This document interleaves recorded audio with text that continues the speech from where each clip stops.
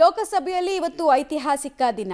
ವಕ್ಫ್ನ ತಿದ್ದುಪಡಿ ಬಿಲ್ ಮಂಡನೆಗೆ ಕ್ಷಣಗಣನೆ ಶುರುವಾಗಿದೆ. ಈ ಬೆನ್ನಲ್ಲೇ ಸುಮಾರು 8 ಗಂಟೆಗಳ ಸುದೀರ್ಘ ಚರ್ಚೆಗೂ ಕೂಡ ಇವತ್ತು ಸಂಸತ್ ಸಾಕ್ಷಿಯಾಗುತ್ತೆ. ತನ್ನೆಲ್ಲ ಸಂಸದರಿಗೆ ವಿಪ್ ಅನ್ನ ಎನ್ಡಿಎ ಕೊಟ್ಟಿದೆ, ಕಡ್ಡಾಯವಾಗಿ ಹಾಜರಿರಬೇಕು ಅಂತ ಹೇಳಿ. ಎನ್ಡಿಎ ಕಾಂಗ್ರೆಸ್ನಿಂದಲೂ ಕೂಡ ಪ್ರತ್ಯೇಕ ಮೀಟಿಂಗ್ಗಳಾಗ್ತಾ ಇದೆ. ಇವತ್ತು ಪ್ರತಿರೋಧಗಳು ಪ್ರಬಲವಾಗಿ ವ್ಯಕ್ತ ಆಗುತ್ತೆ. ಆ ಪ್ರತಿರೋಧವನ್ನ ಹೆಂಗೆ ಟ್ಯಾಕಲ್ ಮಾಡಬೇಕು ಅಂತ ಆಡಳಿತ ಪಕ್ಷ ಕೂಡ ತನ್ನದೇ ತಂತ್ರಗಾರಿಕೆಯನ್ನ ವ್ಯೂಹವನ್ನ ರಚಿಸಿಕೊಳ್ತಾ ಇದೆ. ವಕ್ಫ್ ಬಿಲ್ ಚರ್ಚೆಗೆ ಕಾಂಗ್ರೆಸ್ಗೆ 1 ಗಂಟೆ 40 ನಿಮಿಷಗಳ ಸಮಯಾವಕಾಶವನ್ನ ಕೊಡಲಾಗಿದೆ. ಸೊ ಫಸ್ಟ್ ರೋನಲ್ಲಿ ಅವಕಾಶವನ್ನ ವಿಪಕ್ಷದ ಭಾಗವಾಗಿರುವಂತಹ ಕಾಂಗ್ರೆಸ್ಗೆ ಕೊಡಲಾಗ್ತಾ ಇದೆ. 1 ಗಂಟೆ 40 ನಿಮಿಷ. ಅವ್ರು ಹೇಳ್ತಾ ಬರ್ತಾ ಇದ್ರು, ಬೊಬ್ಬೆ ಹೊಡಿತಾ ಇದ್ರು, ನಮಗೆ ಟೈಮೇ ಕೊಡ್ತಾ ಇಲ್ಲ, ಕಾಟಾಚಾರಕ್ಕೆ ಇದೇನೋ ಟೈಮ್ ಕೊಡ್ತಾ ಇದ್ದಾರೆ ಅಂತ. ಬಟ್ 1 ಗಂಟೆ 40 ನಿಮಿಷದಲ್ಲಿ ಅವ್ರು ಎಷ್ಟು ಸ್ಟ್ರಾಂಗ್ ಆಗಿ ರೆಸಿಸ್ಟೆನ್ಸನ್ನು, ಪ್ರತಿರೋಧವನ್ನು ತೋರಿಸ್ತಾರೆ ಮತ್ತು ಯಾವ್ಯಾವ ಕಾರಣಕ್ಕೆ ಅಮೆಂಡ್ಮೆಂಟ್ ಬೇಡ ಅನ್ನೋದನ್ನು ಕನ್ವಿನ್ಸ್ ಮಾಡ್ತಾರೆ ಅನ್ನೋದು ಕುತೂಹಲ. ಮತ್ತು ಸರ್ಕಾರದವ್ರು ಹೇಳಿದರು, ಕೊನೆ ಕ್ಷಣದ ತನಕ ನಮಗೇನೂ ಪ್ರಾಬ್ಲಮ್ ಇಲ್ಲ, ನೀವು ಯಾವುದಾದ್ರೂ ಇದು ಲಾಜಿಕಲಿ ಇದು ತಪ್ಪು ಅಂತ ಹೇಳಿದ್ರೆ ನಾವು ಅದನ್ನು ಸರಿಪಡಿಸ್ಕೊಳ್ಳೋ ಕೆಲಸವನ್ನು ನಾವು ಮಾಡ್ತೀವಿ. ಬಟ್ ಚರ್ಚೆ ಮಾಡಿ, ಲಾಜಿಕಲಾಗಿ ಚರ್ಚೆ ಮಾಡಿ. ಸುಮ್ಮನೆ ಇಲ್ಲಿ ಡಿವೈಡ್ ಆ್ಯಂಡ್ ರೂಲ್ ಪಾಲಿಸಿ ಮಾಡ್ತಾ ಇದ್ದೀವಿ, ಹಂಗೆ ಮಾಡಿದ್ವಿ ಹಿಂಗೆ ಮಾಡಿದ್ವಿ ಅಂತ ಹೇಳೋಕೆ ಹೋಗಬೇಡಿ, ಕಮ್ ವಿತ್ ದ ಪಾಯಿಂಟ್ಸ್ ಅಂತ ಹೇಳಿದರು. ಸೊ ಏನು ಹೋಮ್ವರ್ಕ್ ಮಾಡ್ಕೊಂಡು ಬರ್ತಾರೆ ಅನ್ನೋದು ನೋಡ್ಬೇಕು ನಾವು. ವಕ್ಫ್ ಬಿಲ್ ಸಂವಿಧಾನ ವಿರೋಧಿ ಅಂತ ರಾಹುಲ್ ಗಾಂಧಿಯವರು ಸ್ಟೇಟ್ಮೆಂಟನ್ನು ಕೊಟ್ಟಿದ್ದಾರೆ. AICC ನಾಯಕರು ಇಡೀ ವಿಪಕ್ಷಗಳೇ ವಕ್ಫ್ ಬಿಲ್ಲನ್ನು ವಿರೋಧಿಸ್ತಾ ಇದೆ, ಈ ಬಿಲ್ಲನ್ನು ನಾವು ವಿರೋಧಿಸ್ತೀವಿ ಅಂತ ರಾಹುಲ್ ಗಾಂಧಿಯವರು ಹೇಳ್ತಾ ಇದ್ದಾರೆ. ಅಗೇನ್ ನಾವು ಹೇಳಿದಾಗೆ ಯಾತಕ್ಕಾಗಿ ಅನ್ನೋದನ್ನು ಯಾರೂ ಕರೆಕ್ಟಾಗಿ ವಿವರಿಸ್ತಾ ಇಲ್ಲ. ಇದೇ ಜನರಲ್ ಅಭಿಪ್ರಾಯ ಮೂಡಿಸುವಲ್ಲಿ ವಿಫಲವಾಗಿರೋದು.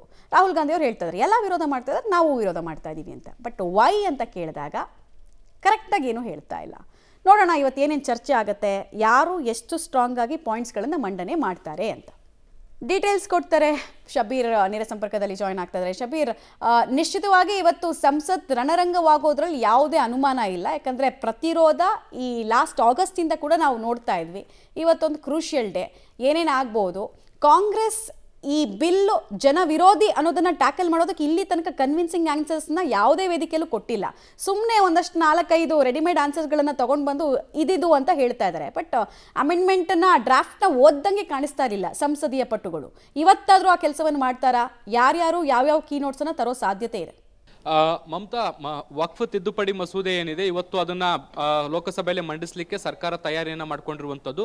ಮಧ್ಯಾಹ್ನ 12 ಗಂಟೆಗೆ ಕ್ವಶನ್ ಅವರ್ ಮುಗಿದ ಮೇಲೆ ಈ ಒಂದು ಬಿಲ್ ಅನ್ನ ಮಂಡಿಸುವಂತ ಸಾಧ್ಯತೆಗಳು ಕೂಡ ಇದಾವೆ. ಮುಖ್ಯವಾಗಿ ಈ ಬಿಲ್ ಸಾಕಷ್ಟು ವಿವಾದಾತ್ಮಕ ಸ್ವರೂಪವನ್ನು ಪಡ್ಕೊಂಡಿತ್ತು. ಈ ಹಿಂದೆ ಕೂಡ ಈ ಬಿಲ್ ಮಂಡಿಸಿದಂತ ಸಂದರ್ಭದಲ್ಲಿ ವಿರೋಧ ಪಕ್ಷಗಳು ವ್ಯಾಪಕವಾಗಿ ಖಂಡಿಸುವಂತ ಕೆಲಸವನ್ನ ಮಾಡಿದ್ವು, ಆಕ್ಷೇಪವನ್ನು ವ್ಯಕ್ತಪಡಿಸಿದ್ವು. ಹೀಗಾಗಿ JPCಗೆ ಕಳಿಸ್ಕೊಡುವಂತ ಕೆಲಸವನ್ನ ಕೂಡ ಮಾಡಲಾಗಿತ್ತು.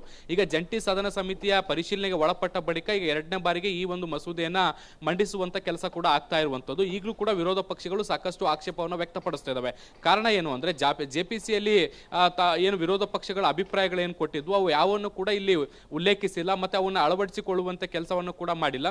ಕೇವಲ ತಮಗೆ ಬೇಕಾದಂತ ಒಂದಿಷ್ಟು ಬದಲಾವಣೆಯನ್ನ ಮಾಡಿಕೊಂಡು ಮತ್ತೆ ಅದನ್ನ ಮಂಡಿಸುವಂತ ಕೆಲಸವನ್ನ ಕೂಡ ಮಾಡ್ತಾ ಇದ್ದಾವೆ. ಹೀಗಾಗಿ ನಾವು ಇದನ್ನ ವಿರೋಧಿಸ್ತೀವಿ ಅನ್ನುವಂತ ನಿಟ್ಟಿನಲ್ಲಿ ಈಗ ವಿರೋಧ ಪಕ್ಷಗಳು ಕೂಡ ಹೇಳ್ತಾ ಇರುವಂತದ್ದು. ಇನ್ನು ಲೋಕಸಭೆ ವಿಚಾರಕ್ಕೆ ಬಂದಂತ ಸಂದರ್ಭದಲ್ಲಿ ಲೋಕಸಭೆ ವಿಚಾರದಲ್ಲಿ ಬಿಜೆಪಿ ಇದು ಕಾಂಗ್ರೆಸ್ ಅಥವಾ ಇಂಡಿಯಾ ಒಕ್ಕೂಟ ಎಷ್ಟೇ ವಿರೋಧವನ್ನು ವ್ಯಕ್ತಪಡಿಸಿದ್ರು ಕೂಡ ಬಿಲ್ ಪಾಸ್ ಆಗೋದ್ರಲ್ಲಿ ಯಾವುದೇ ರೀತಿಯಾದಂತಹ ಅನುಮಾನಗಳಿಲ್ಲ. ಬಿಲ್ ಪಾಸ್ ಆಗ್ಲಿಕ್ಕೆ ಬೇಕಾದಂತ ಎಲ್ಲ ಅಂಕಿ ಸಂಖ್ಯೆಗಳು ಕೂಡ ಇದಾವೆ.